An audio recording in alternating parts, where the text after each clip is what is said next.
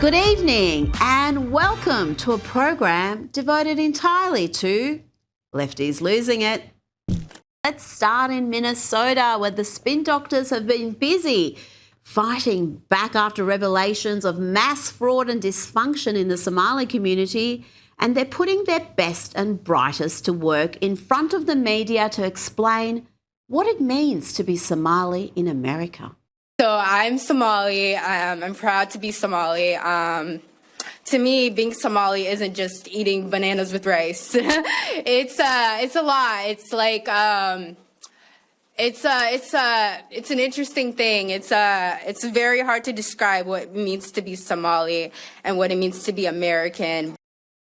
Okay, hon, I know it's hard, but you can do this. You've already made it clear that being Somali is not about eating bananas with rice. That's a lie. You got this. And it's kind of like the bananas and rice. You know, people don't really see, like, you know, it's you know, people don't think, oh, you can eat bananas with rice, but that's what it's like to be Somali and American. It's like that combination of banana and rice, but you're gonna get what I mean.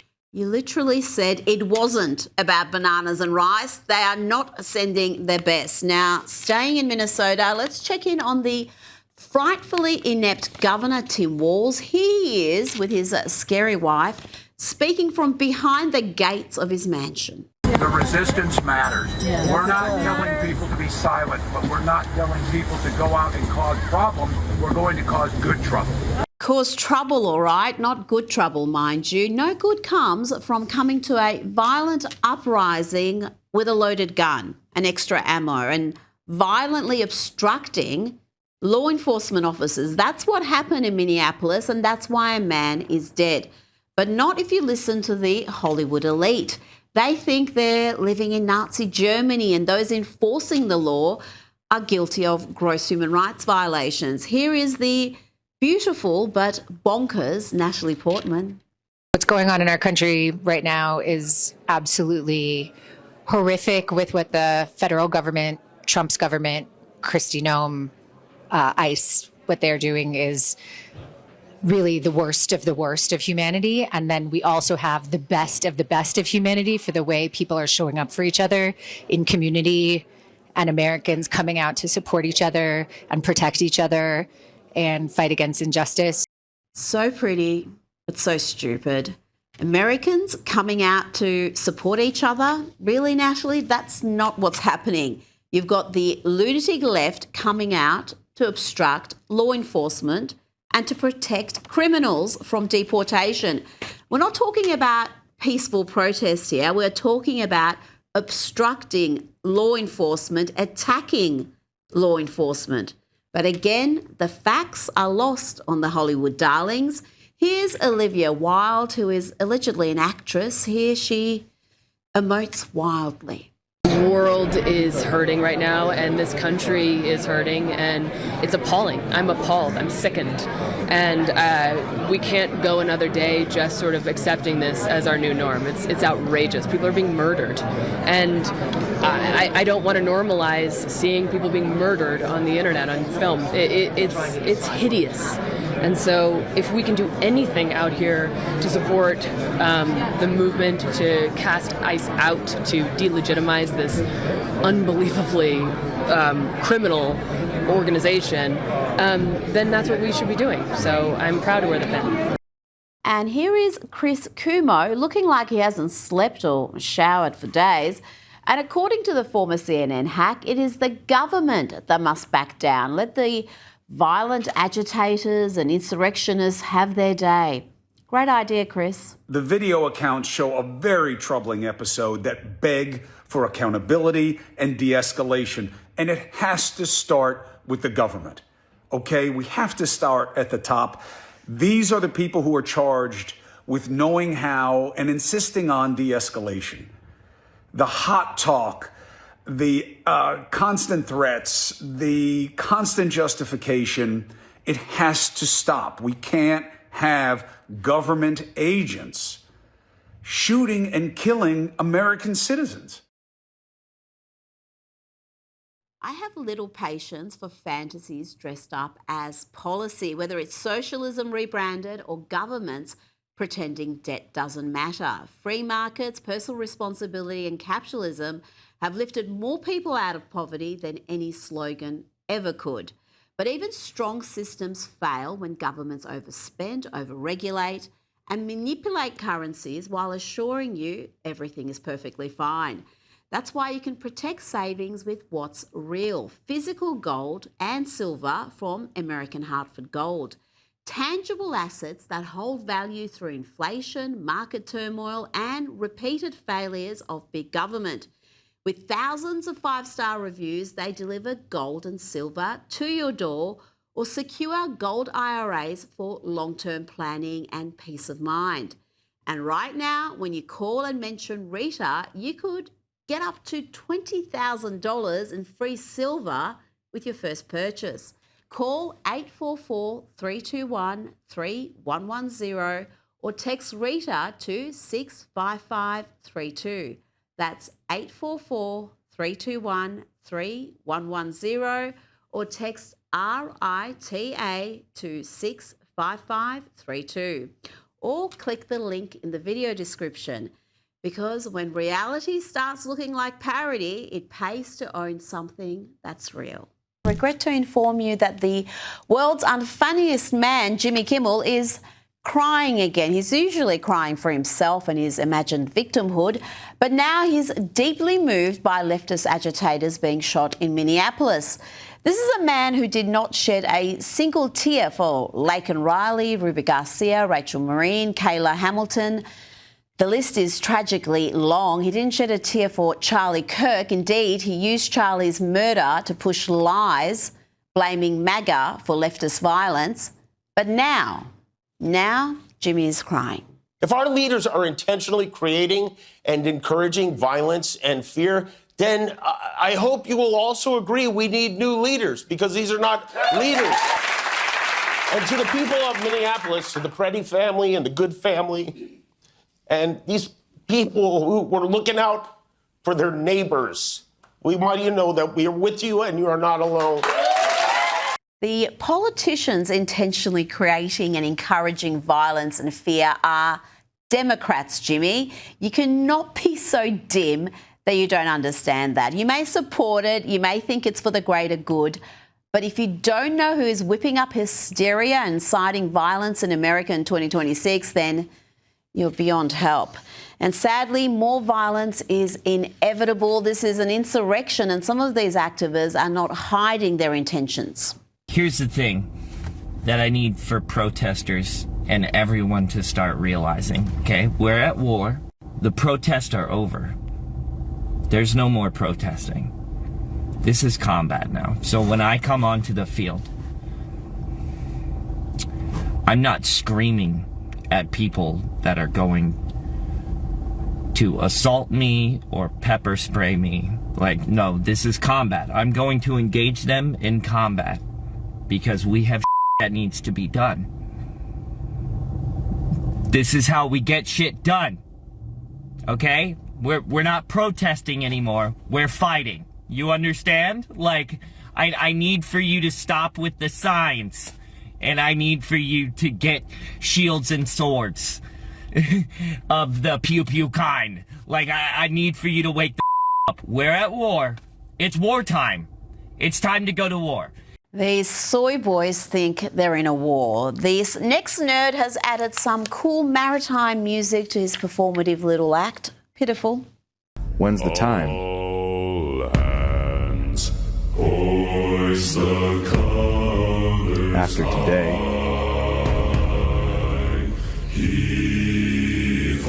The song has been sung. It's time. I mock, but we have to take these threats seriously. The Minneapolis-led uprising has seen the left getting those Summer of Love BLM vibes. Remember that violent uprising that caused $2 billion in damage across the country, saw around 24 people killed, many more assaulted and terrorised. all by leftist agitators that many in the media called peaceful protesters. And Antifa has been activated, including this dude. My name is Kyle, I'm Antifa, and there's so much rage in me that I've had to record this like 15 times trying to get the message out. Okay? Show up, ready to go. Okay? Not talking about peaceful protests anymore. We're not talking about having polite conversations anymore. Oh, we're not even going to pretend to be peaceful, Kyle. Surely you're not advocating for your Antifa buddies to come armed with guns. Welcome to America 2026, where Second Amendment is the only thing that's going to keep you protected from literal Nazi gunmen that are killing innocent people in the street with impunity. This is not a joke. There's nothing fun to chant about it. Get your guns and stop these people. Oh dear, that's the sort of talk that could see Kyle end up in Gitmo or somewhere similar. I prefer these Antifa agitators when they're pursuing their other passions. Kyle loves a dress up. I do this all year, all the time. I'm out and about like this because I do it for me all year. Yes, the great unhinging continues, and it's important to note it's not just random sad men and women attention seeking on social media, though it's mainly that, but some of these sad characters posting their breakdowns online are also given a platform on leftist media outlets like CNN. They have normalised and mainstreamed lunacy. Here is CNN regular Lee McGowan. The United States Senate is voting on ISIS funding next week, and this is a group that does not deserve to be funded. Any senator who votes to continue to pay for this mob of unhinged murderers is out of their mind, because this cannot be retrained. This has to be stopped. So if you are a U.S. senator right now, do not write a tweet. Do not write a tweet. Write a bill. Write a bill that abolishes this heinous department. Yep, that woman is given a platform on CNN where she spews her crazy delusions, conspiracy theories, and unless Scott Jennings is around, they pretty much go unchecked. ICE agents have been known to kill people because people are disappearing in custody, because we're missing 1,200 people in Alligator Alcatraz. This is the political vigilantism. This is not political vigilantism. You're encouraging people to interfere with federal law enforcement. I'm saying that we need to get it on tape because the DHS is lying, because ICE is lying, and because people are getting hurt and they're disappearing. And good news, early today, the Timu Rachel Maddow was back in her kitchen posting more crazy rants for her followers, who you know are going to be your quintessential awfuls, the affluent white female leftists, often with serious mental health issues. Here, Lee encourages these troubled souls to be even more hateful, more insular, more miserable, by ostracising any family members, friends, even clients that support President Trump. The time has come to ostracize them. It's time to shun these people, to make MAGA pariahs in our society. Do not welcome them into your home. Do not have them in your restaurant. Ask people what their political persuasion is as they enter your store or your office. Don't make small talk with them at work. Fire clients, silence text chains. There should be no room or time or place in a civilized society for psychopaths and their enablers. These people are traitors to our country, to our Constitution, to our rule of law, and they should be treated as such. I know this is hard. I know it's sad. I know a lot of people are going to say, I can't believe you're going to let politics come between us. But we have to remind ourselves this isn't about politics. It's about morality and civility and reality. Morality, civility, and reality. Honey, you have no grasp of those words.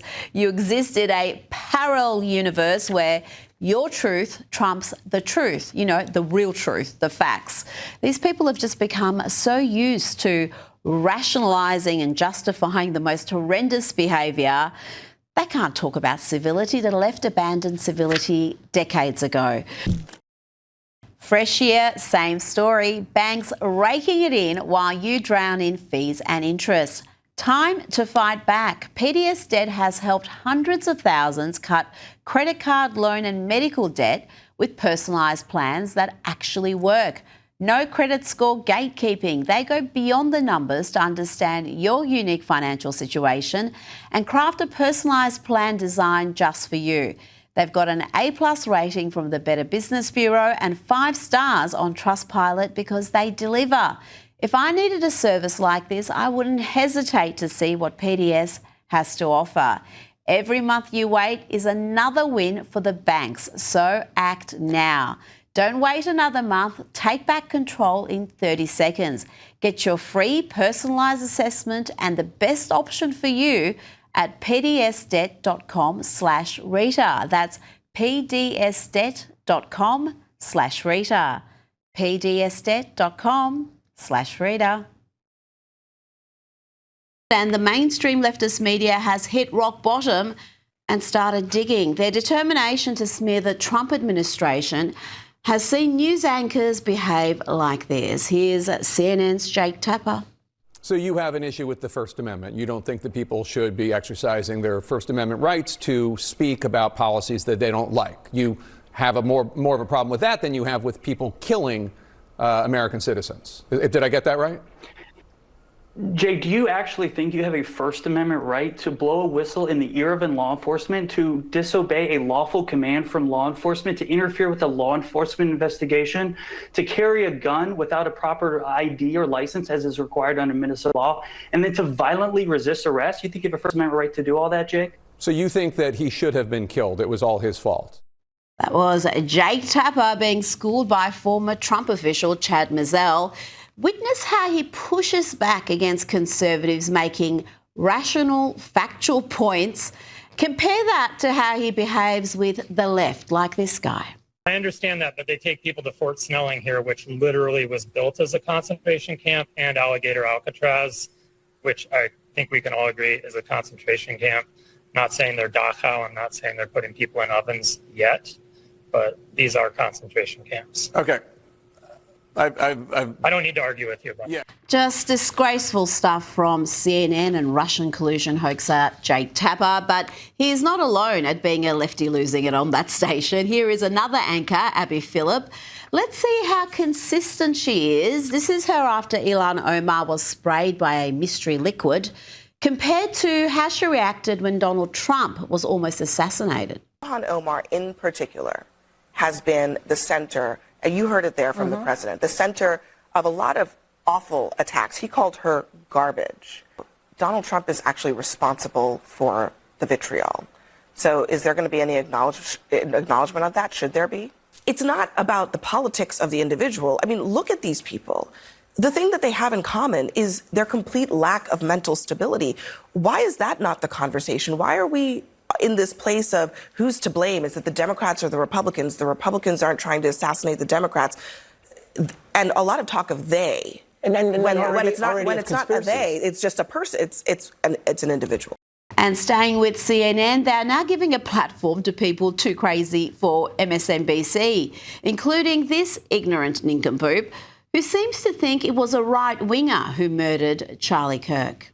Also not forget, Charlie Kirk was murdered. The president... Not by a left-wing extremist. That person espoused very right-wing extremists. Look, if you look at the targets, if you look at people in office, there's... The right attacks the right. People... You know, that's why Jimmy Kimmel's lies about Charlie's murderer matter, because simpletons like Tiffany Cross heard it and believed it, and to this day continue to repeat it. And Tiffany Cross has also been on CNN inciting violence against ICE agents by claiming they are militia and white supremacists. Did you just say ICE officers are militia? Yes, have you not been paying attention? Yeah, I they think certainly you're mirror stretching the it a little Gestapo. bit. You know, that's very... I don't think I'm stretching anything. I think we have seen what we have not seen. What we have not seen are gang members committing violence. What we have seen are ICE agents kill people. But Tiffany, you're saying that based. You're just making a supposition here. There's no concrete evidence of You got to actual be careful. Congress That's members. way there off was some side. supports. DHS. There was some. Men and women serving the government. we have seen white supremacist tattoos. Risking their lives, serving the government. Risking their and you're lives, they're calling them, taking lives, You're calling them Kevin. Proud Boy militia. Did you say that? I did not call them Proud Boy militia, but I think it's disgraceful that you're sitting here. I'm actually not. But I think that there are white supremacist tattoos on their White supremacist federal officers. Yeah, white supremacist federal officers. Like, where are you going with this? Why would you say that? What does one say? Notice Abby Phillip, the host there, defending her while Kevin O'Leary, who's a fellow panellist, had to step in to be the adult to try to inject some sort of sanity into proceedings. Now, let's come home to Melbourne, Australia, where waving the Australian flag and being proud of your country can see you attacked like this. Are you okay? Yeah, I just been accosted by people like that.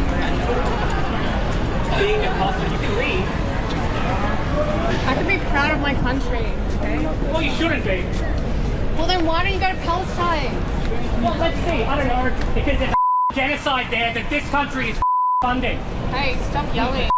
Oh, there's a genocide. Hey, stop yelling. Racist. Oh, stop yelling. Stop yelling. What about all the people that are still dying in custody? What about the fact that this country is built on stolen land? You don't give a what does that mean? You're a piece of racist. Good thing you're standing in the shade because I know that you're so white because you don't belong here. You're European. This is indigenous land. Unbelievable. And really, shame on the men there who stood around and listened to that unhinged diatribe and said nothing, did not step in to defend that woman. You know, where is chivalry? Where are the men these days? Now, staying in Melbourne, let's go to the Australian Open. And even a Grand Slam tournament is not safe from lefties losing it, making utter pests of themselves with questions like this to tennis star Taylor Fritz. There's a lot happening back home in the US and kind of has been for a lot of the last year. And I'm just kind of wondering how you're feeling about all of it. I mean, I'm not sure what we're like specifically talking about, but there is a lot going on in the U.S. and I don't know. I feel like whatever I say here is gonna get put in a headline, and it's gonna get taken out of context. So I'd really rather not do something that's going to cause a big distraction for me in the middle of the tournament. Not a bad answer, Taylor, but would have been better to tell the activist journalist that he shouldn't be misusing his media pass at the Australian Open to push his pathetic political ideology and being a little lefty pest. Hard to take that out of context. Let's hear the same sort of question being posed to Amanda Anisimova, who tries to give an honest answer, but he doesn't like it. I've been asking a lot of the American players just how it feels to play under the American flag right now, and I'm curious how you feel. Yeah, I mean, I was born in America, so I'm always proud to represent my country. And yeah, a lot of us are doing really well, and it's great to see a lot of, great athletes on the women's side, on the men's side. So yeah, I feel like we're all doing a great job representing ourselves. But the far left hack masquerading as a tennis reporter wasn't satisfied with a real answer. He wanted his anti-Trump moment. So he had another go, and Amanda here really deserves a trophy for not rolling her eyes at this clown. Sure. Sorry, just to clarify a little, I mean, sort of in the context of the last year of everything that's been happening in the U.S., does that complicate that feeling at all? I don't think that's relevant. Hey Amanda, one of the unique things about tennis is Yes, a reporter asking a tennis question to a tennis player at a tennis tournament. How quaint. But the petulant pest was back with the same tired old line of questioning, and this time it was Madison Key's turn.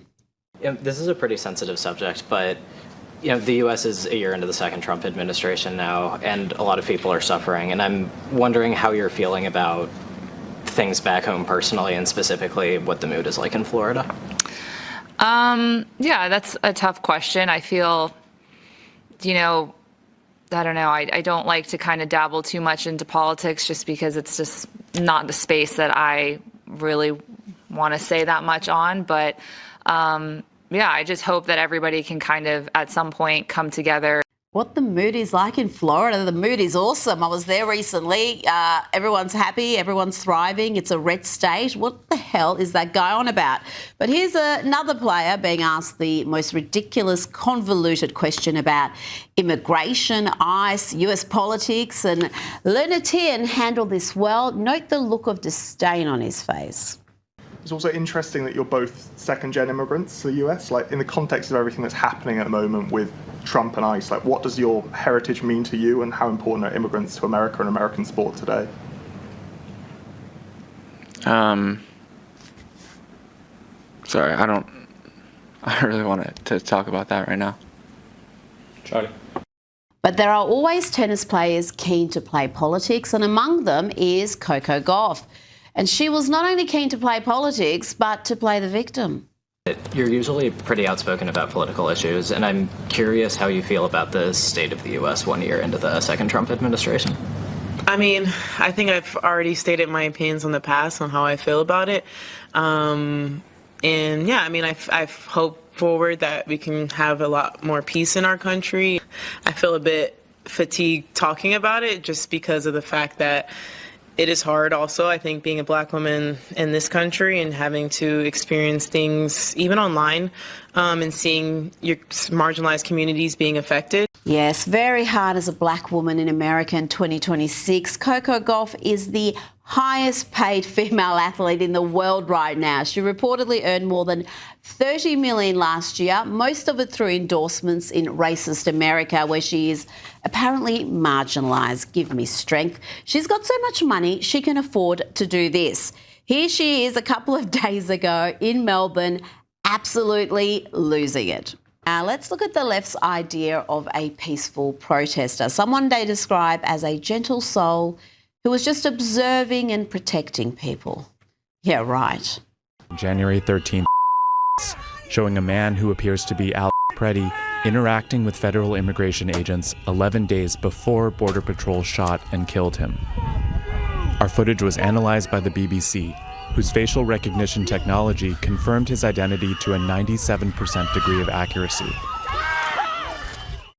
Yes, the man believed to be Alex Preddy spat on law enforcement, and then as they drove away, he kicked in the taillights while screaming expletives and threats. Peacefully, of course. Let's have a look at a little more of this footage. Federal agents were blocking a street at the corner of East 36 and Park Avenue in Minneapolis. Arrived around 10 a.m. We saw observers shouting agents as they walked back to their vehicles. When they started driving away, the man kicked their taillight. An agent then got out of the vehicle, grabbed him, and pushed him to the ground.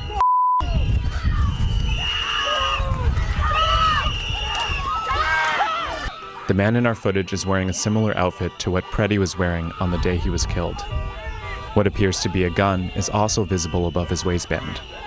Interesting. And somehow, despite the violent antics you just saw, the man in that video, reportedly Alex Preddy, was not arrested. Yesterday, we brought you a report from CNN who said Preddy had been injured in a tussle with federal agents a week before he was fatally shot at another violent protest. Alex Preddy had a physical encounter with federal agents about a week before he was shot and killed by law enforcement.